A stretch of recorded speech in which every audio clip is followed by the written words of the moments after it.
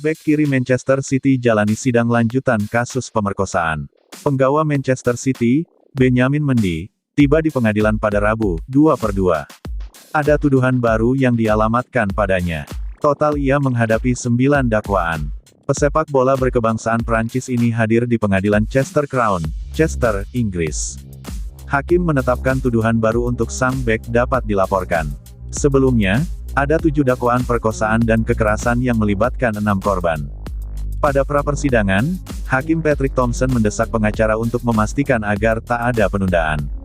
Persidangan diprediksi akan berlangsung hingga 6 pekan.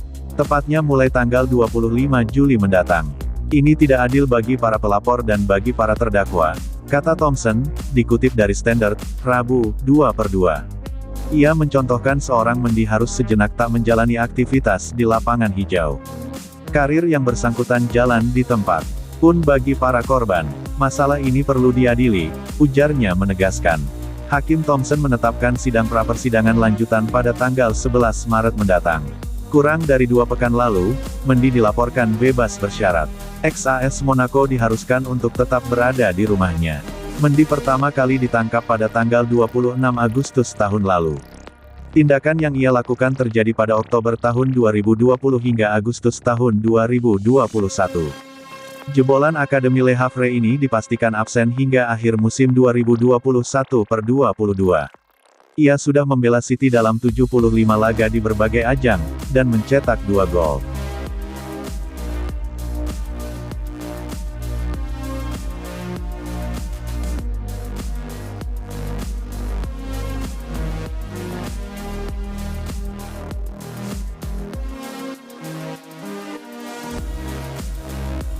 Jadwal Liga Inggris Man City vs Brentford, The Citizen rekrut striker baru.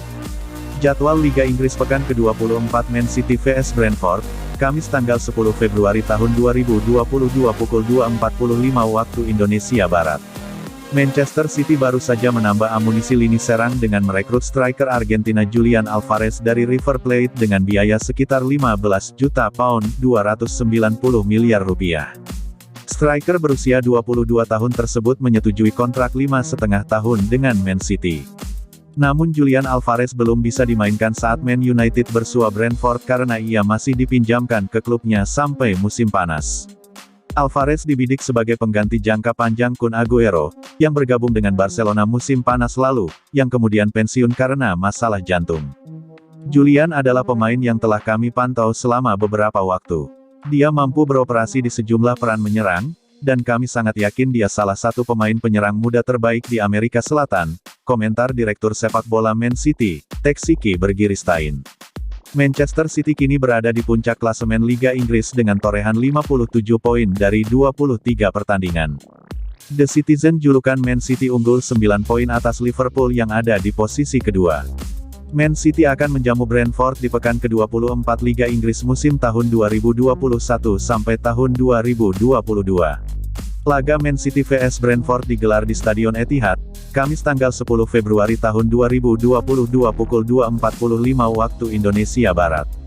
Di pertemuan terakhir Brentford vs Man City, The Citizens unggul 1-0 berkat gol Phil Foden.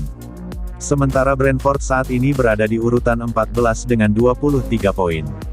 Man City di laga pekan ke-23 hanya bermain imbang 1-1 melawan Southampton di St. Mary's. Southampton sempat unggul cepat melalui Kyle Walker-Peters di babak pertama. Namun, The Citizens mampu menyamakan kedudukan lewat Aymeric Laporte di babak kedua.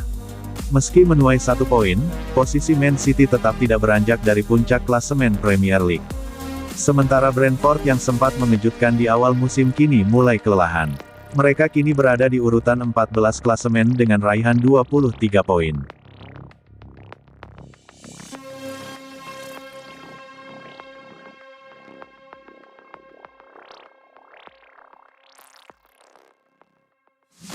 Neville bersaudara pernah rekomendasikan Joao Cancelo, MU menolak. Joao Cancelo kariernya makin moncer di Manchester City. Manchester United boleh jadi menyesal karena sempat berpeluang merekrutnya. Cancelo sejak digaet dari Juventus memang menjelma jadi salah satu bek sayap terbaik Eropa. Tak cuma piawai bermain di posisi bek kanan, Cancelo juga mahir bermain di bek kiri. Wajar jika dia selalu jadi pilihan manajer Pep Guardiola dengan torehan 7 gol dan 14 assist dari 106 penampilan. Musim ini, Cancelo makin moncer karena sudah bikin 3 gol dan 8 assist di seluruh kompetisi. Melihat performa Cancelo yang makin mantap, City pun menghadiahi kontrak baru untuk pemain asal Portugal itu. Cancelo bakal dipertahankan di Etihad Stadium sampai 2027.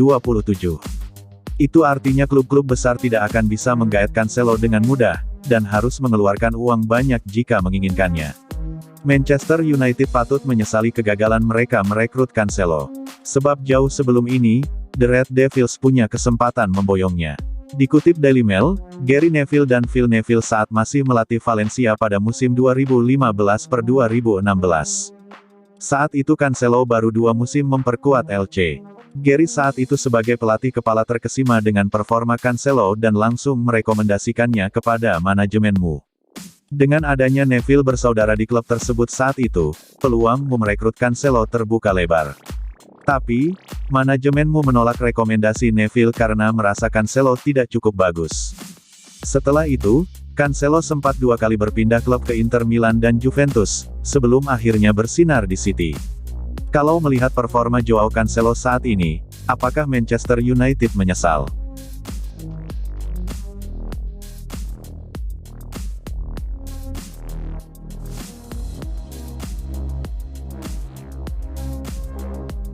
Demi tolak Liverpool dan Man City, bintang Juventus rela potong gaji. Paulo Dybala dilaporkan masih ingin mencoba setia pada Juventus walau punya kesempatan menerima tawaran Liverpool ataupun Manchester City musim depan. La Joya bahkan rela digaji lebih rendah andai Il Bianconeri segera memberinya kontrak baru. Sudah berada di Juventus sejak 2015, Dybala sudah kadung kerasan. Terlebih kini statusnya adalah deputi kapten untuk Giorgio Chiellini. Dilansir dari La Stampa, media Italia yang berbasis di Turin, Dybala yang kontraknya bersama Juventus akan usai pada musim panas mendatang siap membuka negosiasi lagi. Sebelumnya pihak klub sempat mengisyaratkan bakal memperpanjang masa bakti sang bintang sebelum pergantian tahun. Hanya saja, sejumlah kasus cedera yang mengganggu Dybala periode September-Desember tahun 2021 membuat Juventus memilih untuk menunggu. Mereka hendak mengevaluasi tawaran 10 juta euro per musim untuk 5 tahun yang disepakati sebelumnya. Walau sedang dalam usia emas, 28 tahun, Juventus jelas tidak ingin buang-buang uang untuk pemain yang rentan akan cedera. Semula Paulo Dybala tidak senang, namun kini tidak keberatan untuk melakukan negosiasi ulang.